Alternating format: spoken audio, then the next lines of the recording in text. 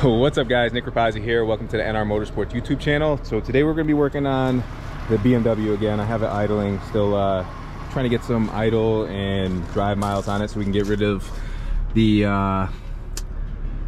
check engine light that was on it. It's already cleared. It's got to go through the 8 modules. I need at least 7 before I can bring it to emissions right down the street. So as soon as we hit 7, we'll go right to emissions and get that done. But we're going to work on the wide body here. I'm just gonna try and get this thing bolted up onto here. So first things first, I'm gonna do the side skirts, and I was looking at this with the M3 side skirts, and in the front, for the front fender, these side skirts fit perfectly, but I don't know what is going on with this like weird bulge that's going on right here. So what I'm probably gonna end up doing is mounting this up, getting this mounted on here, and then figuring out this bulge afterwards. What I'm more than likely going to end up doing is taking this, maybe putting some foam, fiberglass right over this, and make this body line work with this, because I like the way that these side skirts are going to work on this, and they're going to lower the car slightly. So, and these are for a 4-door, because I could not find M3 side skirts for a 2-door, and they are literally exactly the same size. So there's no, I thought I would have to trim them or something like that, but I like how these things look on here, just even how it is, just like this. But let me get this stock one off. It's just push pins and stuff, and then this thing pulls right out with clips that go on this edge here. So let's get that done, and then we'll bolt up the wide body. All right guys, so we have it all bolted up. The only difference that I noticed was the mounting in the back. It was more like a push lock fitting than it was like this rail fitting that's over here. But for this area, it doesn't really matter anyway, because when we bolt this up, it's literally gonna screw right into the side skirt right there. So it doesn't matter that this isn't gonna be mounted up. Otherwise I would go get the fittings for this to do that, but honestly it doesn't really matter. That could just stay like just like that. All the underside ones are put in, so it's held in from underneath. This thing's solid, just like OEM, which for an eBay part for 120 bucks, that's not that bad, and it looks a lot better than this stock OEM one that's on here. So super excited about that. And what we're gonna do is use self tappers. This is exactly how I did it on the Datsun. This way it'll hold it where I need it in place, and it'll give me a pilot hole for the riv nuts that I have. So basically I'm just gonna go through all of them, put a hole everywhere I need, get it lined up and get it right, and then I'll show you guys what it looks like.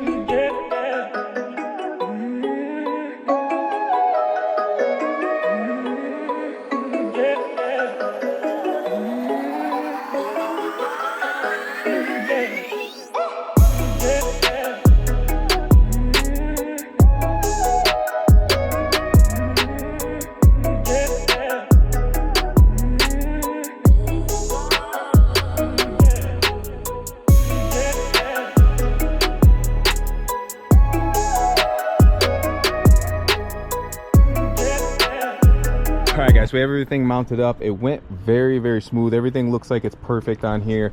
The front, the bottom, it still has that little bit of a gap. So again, we're gonna have to do something right here. Let's get you a little in there. See that little gap that's right there? So I'm gonna have to, I don't know, custom make some fiberglass parts to make this flow a little bit better. So we'll do that next time. Same thing with like this on this side over here. This will push in, but again, we're gonna have to make some sort of modifications to this, because I want this to go under a little more. So we're gonna have to cut the bottom of this so I can push this in a little bit more, and then figure out this body line here. But other than that, shit is super clean on this thing. And now that we have these on here, I can come in with a marker, mark where I need to cut, and then we can get the coilovers in on this thing and slam this thing to the ground. So I have ECS Tuning's coilovers, and what I'm going to do, I'm just going to put them on the lowest setting and then see how low we can get this and see if it's drivable like that, because I think the lowest setting will get it down about 2 inches. And if you look right about here, it's roughly 2 inches from there to tire, because I want this to tuck very well and sit well. And remember, we do have different wheels going on this. I'm going to use these as like a drift set, so these will just be chilling. And then we still have the M3 bumper to put on too. So I'm gonna get the other side done, and this side I drove up on some wood blocks just so I can get underneath it a little bit easier. But I want to get the fenders on each side, side skirt on this, and then I'll probably run out of daylight because, as you see, I probably have like 30 minutes left. So let's get this done.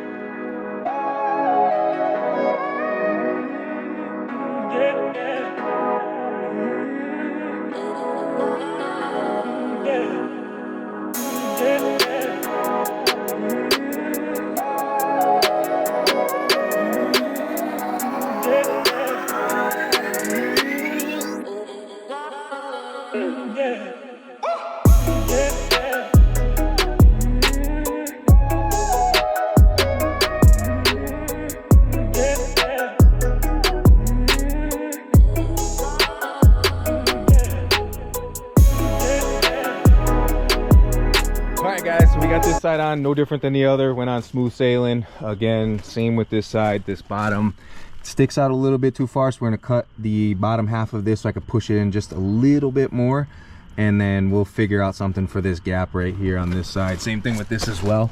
This one's not gonna be as bad. And then I also ordered M3 side skirt extensions as well. So the side skirt extensions are gonna come out to right about where this body line is and be flat all the way across, so it'll fill in this like center section that's sort of missing something. And then that's pretty much it for the body. We still have to put the M3 hood, the M3 bumper. That's why I didn't install these, because when you put these on this bumper, it like sits way in just like that. Like you can get it to do this, but none of that, as you can see, none of the body lines match up because this is made for an M3 bumper. So on the next video, we'll get the bumper on, we'll get the hood on, and then we'll continue to work on the check engine light shit so we can get this thing registered again. So yeah, I'm gonna end it there. We'll do some quick cinematics while we still have a little bit of light going on, and then we'll pack this thing up. So and again, if you guys enjoyed this video, please give it a big thumbs up. Don't forget to subscribe, and if you got any questions whatsoever, drop them in the comment section below.